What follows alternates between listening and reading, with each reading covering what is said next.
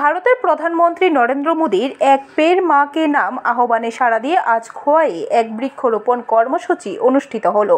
পরিবেশ সংরক্ষণের বার্তা দিতে আয়োজিত এই মহতী উদ্যোগে নেতৃত্ব দেন ভারতীয় জনতা পার্টি ত্রিপুরা প্রদেশ সভাপতি রাজীব ভট্টাচার্য, বিধানসভার মুখ্য সচেতক তথা বিধায়িকা কল্যাণী রায় এবং কল্যাণপুর প্রমোদনগর বিধানসভা কেন্দ্রের বিধায়ক পিনাকি দাস চৌধুরী।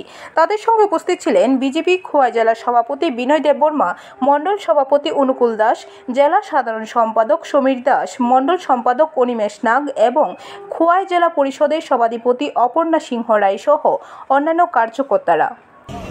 আমাদের দেশের যশস্বী প্রধানমন্ত্রী নরেন্দ্র মোদীজি একটি যেটা আমাদের পরিবেশ বান্ধব হিসাবে এক পেড় মা কি নাম একটা কর্মসূচি হাতে নিয়েছে।